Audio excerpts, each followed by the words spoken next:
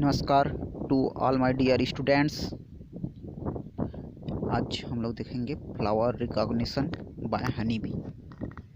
तो आप लोगों का एनिमल बिहेवियर पेपर के अंतर्गत सेकंड यूनिट से यह टॉपिक है फ्लावर रिकॉग्निशन।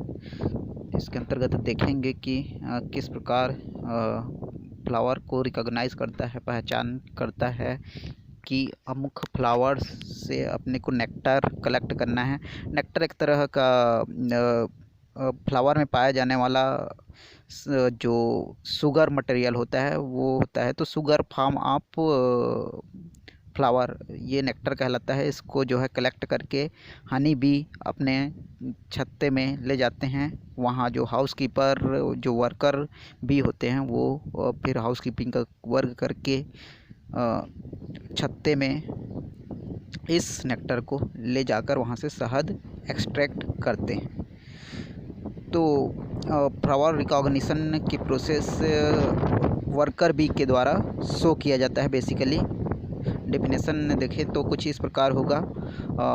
जो फ्लावर बेसिकली जो फ्लावर जो पसंद होते हैं हनी बी को, जो violet colour, purple colour, yellowish colour, तो इस कलर के जो फ्लावर है वो ज़्यादा अट्रैक्ट करते हैं हनी बी को।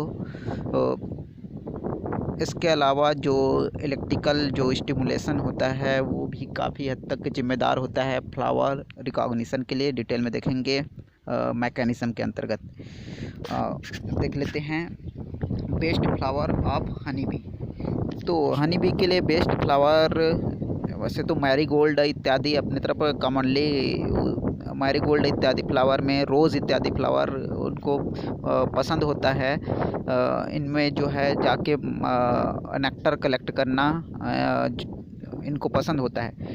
बट फिर भी अगर इंटरनेशनल लेवल पर अगर फ्लावर का नाम अगर देखें तो स्वीट क्लोवर फ्लावर जो होता है हनी बी को विशेष करके पसंद होता है।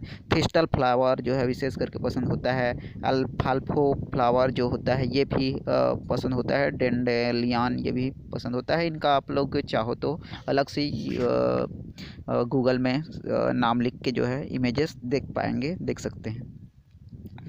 नेक्स्ट टॉपिक है nectar produced by flower by nectaries या नेक्टराइंस।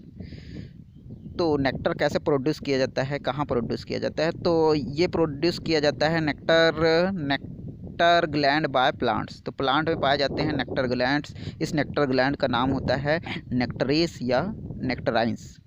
तो इस नेक्टरीज या नेक्टराइंस के द्वारा जो है सीक्रेट किया जाता है नेक्टर, या फिर इसी में नेक्टर को मॉडिफाइड करके बोल सकते हो फॉर्म ऑफ शुगर। तो शहद का एक तरह का शुगर एक्सट्रैक्ट ही होता है। जो शुगर बेसिकली इस नेक्टर ग्लैंड में या फिर जो नेक्टर जो होता है उसमें भरा होता है। तो नेक्टर ग्लैंड का नाम है नेक्टरीज। ये पाया जाता है प्लांट में। नेक्स्ट पॉइंट है कलर अट्रैक्शन बाय बीज।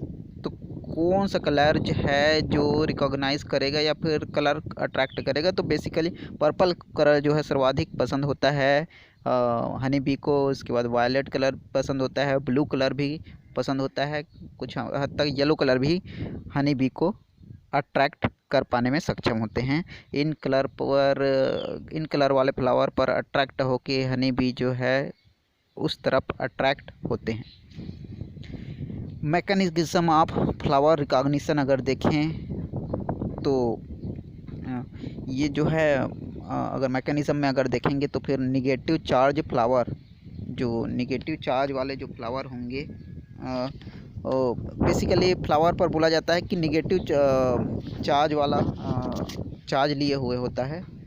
तो मैकेनिज़्म देख रहे हैं तो मैकेनिज़्म में जो निगेटिव चार्ज वाला जो फ्लावर होंगे, फ्लावर में बेसिकली निगेटिव चार्ज ही होते हैं।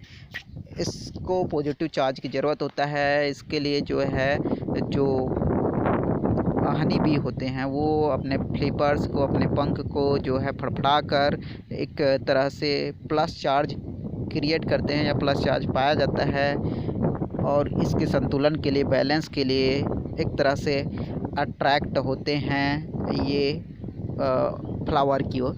तो ये इलेक्ट्रिकल मैकेनिज़्म पाया जाता है, इलेक्ट्रिकल अट्रैक्शन एक तरह से पाया जाता है, इलेक्ट्रिकल स्टिमुलेशन एक तरह से पाया जाता है, जिसकी बेस पर ये हनी बी फ्लावर की ओर अट्रैक्ट होते हैं या फिर फ्लावर को रिकॉग्नाइज़ करते हैं। इसके लिए एक एग्ज़ाम्पल के द्वारा समझने की कोशिश करेंगे। तो इस एग्ज़ाम्पल के लिए सर्वप्रथम एक प्लास्टिक का फ्लावर लिया गया।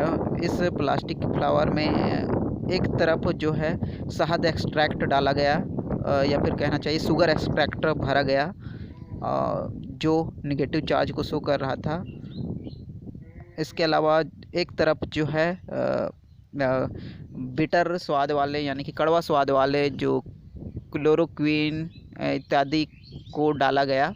तो हुआ ये कि हनी बी जब आया फ्लावर के नज़दीक, तो फिर जिस पार्ट में शुगर था यानी कि नेगेटिव चार्ज वाले पार्टिकल की ओर अट्रैक्ट होकर ये उसी पार्ट में आकर बैठे, और जो बिटर स्वाद वाला कड़वा स्वाद वाला जो क्लोरोक्विन युक्त जो पार्ट था फ्लावर का, उस तरफ ये हनी बी अट्रैक्ट नहीं हुए।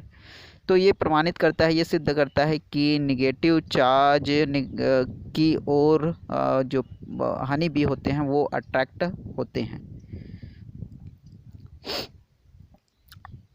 तो इस प्रकार मैकेनिज़्म के अंतर्गत हम लोग समझें कि एक तरह का इलेक्ट्रिक स्टिमुलेशन होता है, इस तरह का इलेक्ट्रिक अट्रैक्शन होता है, जिसके बेस पर रिकॉग्नाइज़ करने में, फ्लावर को रिकॉग्नाइज़ करने में आसानी होता है हनी बी को। इसके अलावा कलर भी काफ़ी हद तक रिस्पॉन्सिबल होता है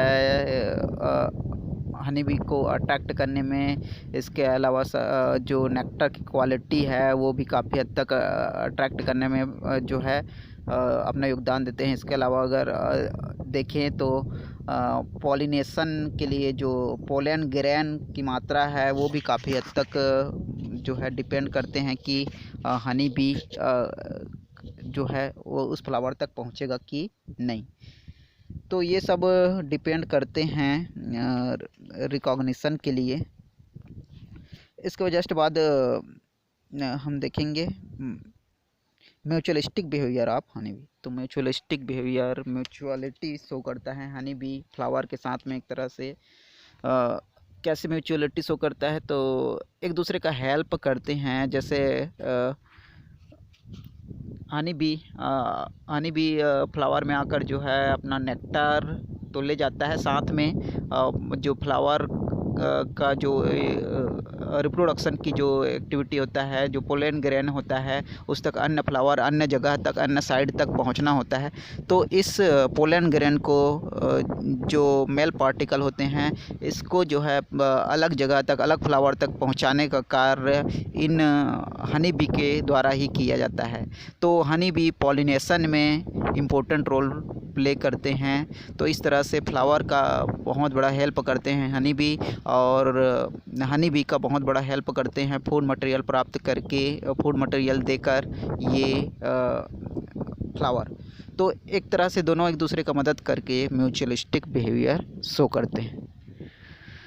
कंक्लूज़न अगर देखें तो उपरोक्त अध्ययन से हमें यह पता चलता है कि हनी बी फ्लावर को रिकॉग्नाइज़ करने के लिए उसमें इलेक्ट्रिकल स्टिमुलेशन की क्रिया होती है, साथ में पोलन ग्रेन और नेक्टर दोनों का होना भी काफ़ी हद तक अट्रैक्ट करता है हनी बी। इसके अलावा अगर देखें तो हनी बी को अट्रैक्ट करता है कलर भी, पर्पल, ब्लू इत्यादि कलर ज़्यादा अट्रैक्ट करते हैं हनी बी को।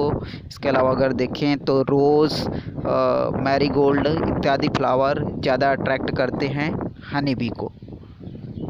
Thank you.